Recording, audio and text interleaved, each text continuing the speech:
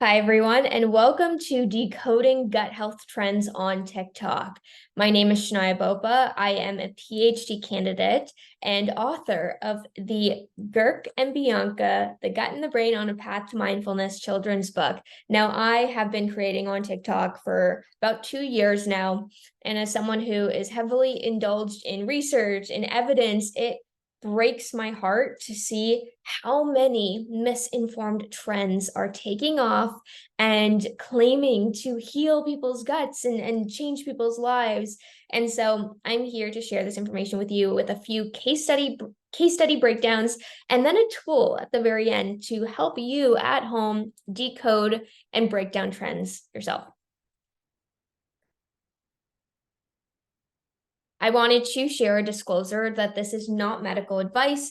I am not a medical professional. In this presentation, the information is based in research and evidence, and it is to be supporting a more informed human population. I hope by the end of this session, you'll learn how to spot misinformation, critically analyze social media, and hopefully walk away learning about a tool that you can use to decode evidence as well, and just honestly feel like you've learned how to critically approach different topics that you might see online. So the first case study, aloe vera juice. This video, and I'm sure you've seen it, so many people have shared about aloe vera juice, and this one specifically got quite a few thousand eyeballs on it. But it claims that 1 tablespoon in the morning and night in 1 week will clear up your acne and help improve your gut microbiome. So the verdict is, it is a myth. Now, there is few data that can actually share how aloe vera improves collagen and skin elasticity.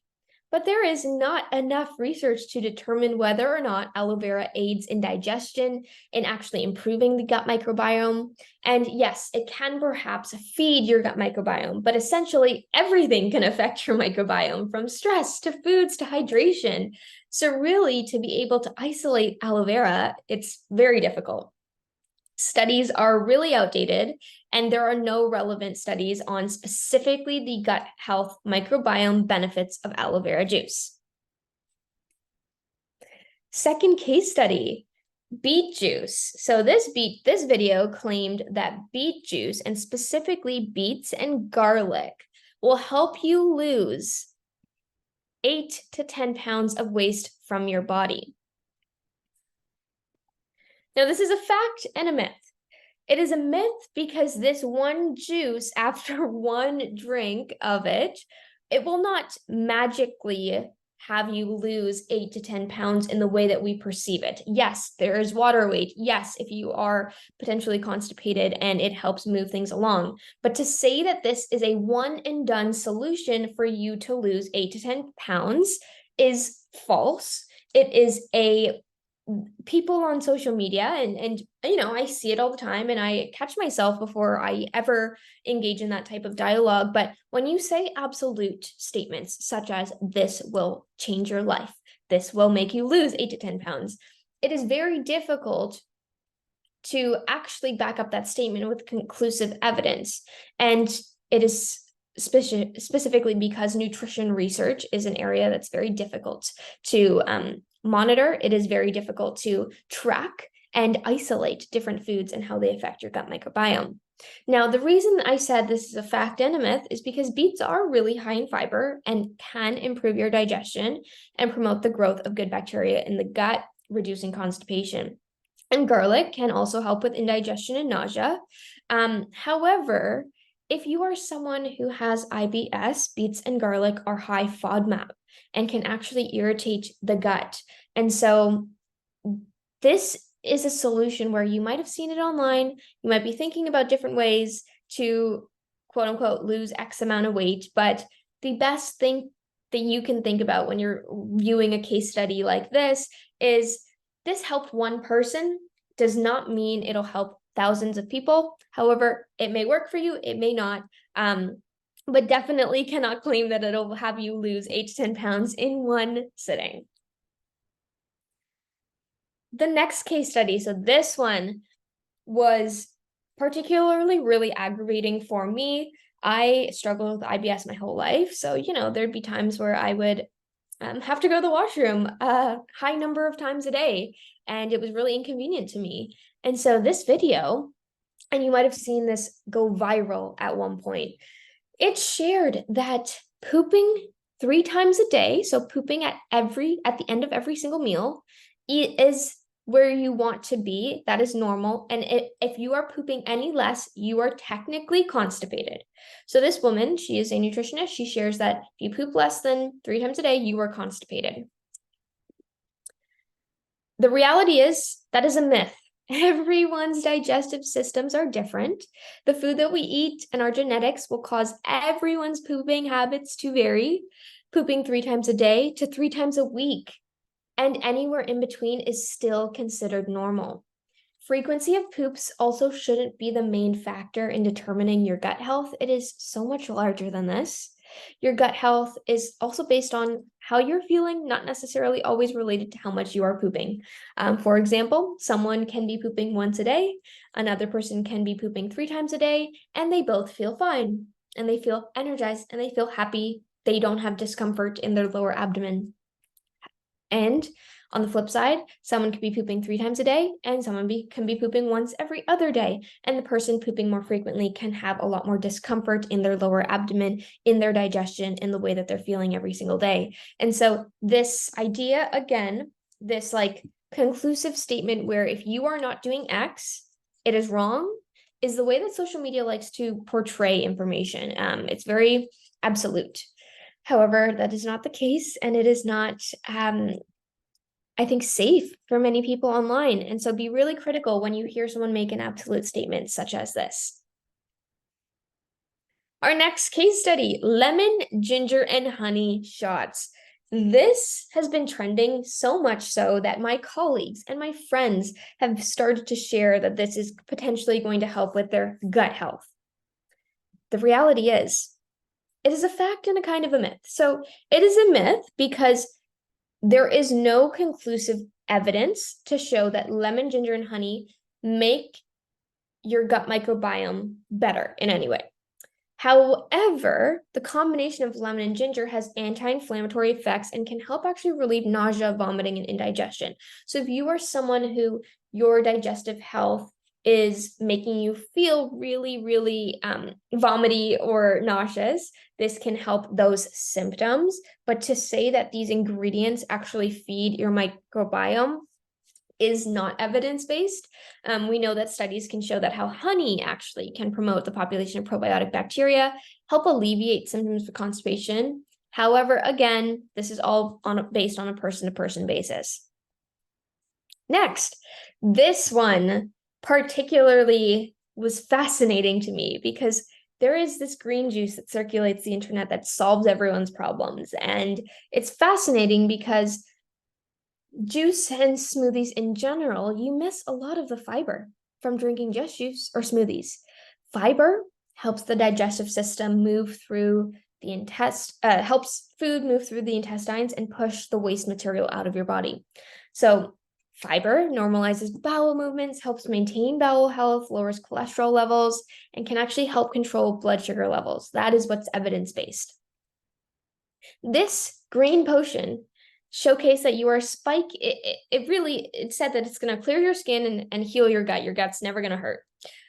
However, drinking juice, removing the fiber, spikes your blood sugar when you are drinking just straight juice, because remember, you are breaking down food the moment it touches your tongue, from your mouth all the way down to your esophagus and your stomach. The enzymes in your mouth are breaking down that food.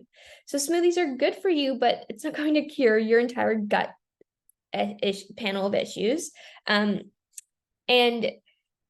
I'll break it down based on ingredients, how some of it can be helpful. But again, when you are eating various vegetables and fruits, not necessarily just drinking it once a day, hoping for it to eliminate all the other bad, let's say you're eating quite a bit of fast food.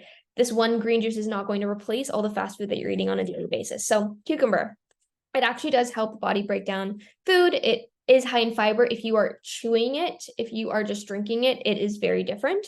Green apples. So green apples have pectins, which is a compound that is high in fiber and promotes the growth of healthy bacteria in your gut. Again, try to eat your fruit if you can, and try to get that fiber. Lemon, high in soluble fibers, can help get all the health benefits as well. Ginger helps reduce bloating and indigestion, like I mentioned earlier. Kale is high in vitamin A, vitamin K, and vitamin C, and is a great fibrous vegetable to be eating. And celery, great source of phytonutrients that help in reducing inflammation in the intestinal tract as well. Now here, I just wanted to share, so those were 5 case studies that I hope it allows you to kind of see the background on how to critically analyze social media posts and what to look out for, and how these conclusive statements of this will cure you, this will change your life, are completely necessary to have a critical eye with.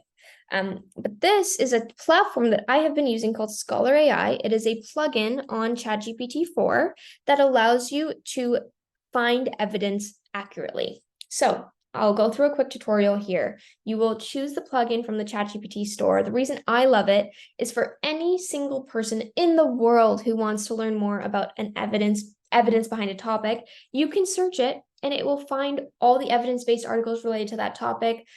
So right here, we're writing, what are the most cited articles on probiotics for gut health in adults? It will simply generate utilizing all of the academic journals to find the evidence-based information, pull out relevant data, and share it with you in lay terms. So if you are someone who doesn't have an academic background, but really, really, really wants to read research and evidence in easy ways before you actually go down the rabbit hole of buying the celery juice, this is like a fabulous way to do so. As you can see here, it is populating essentially the articles that are related to the search. So you see here, article number 2, the influence of the gut microbiome on obesity in adults and the role of probiotics, prebiotics. Again, there's PDF links in this tool. So if you are someone who would really, really like to learn more about finding evidence on a topic before you go out and buy the supplements, before you go out and just kind of believe the social media posts that you might be seeing, this is a great, fabulous tool. I'll just speed it up here. So see here, you can literally click the PDF links and scroll through it.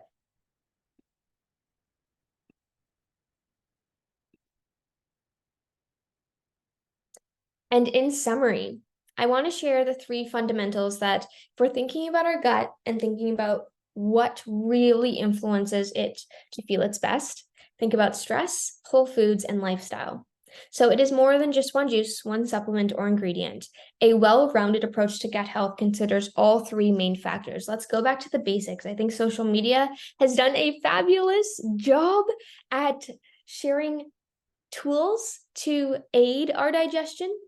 But if we use the tools and forget about the basics, like how stress affects our microbiome, gut microbiome, how whole foods, your whole vegetables and whole chicken is more nutrient dense than a pre-made meal, and how your lifestyle, so exercise, drinking enough water, positive self-talk, positive relationships with food, all of those things really affect the way that you are digesting your food, the way that you feel about your food, the way your body feels after eating each and every one of your meals. So really go back to the basics here. If a post is gimmicky and it is sharing how one particular ingredient will change your life, really think about how that ingredient is working in relation to your 3 fundamentals: overall stress, whole foods, and lifestyle. Nothing will replace a great whole food diet and well-managed stress and active, balanced lifestyle. So thank you everyone for joining this session on the Trending Now conference. My name is Shania Bopa. My email is bopas@mcmaster.ca. If you'd like to connect further, I'd be more than happy to chat one-on-one with everyone, and I hope you have a beautiful rest of your day. Thank you.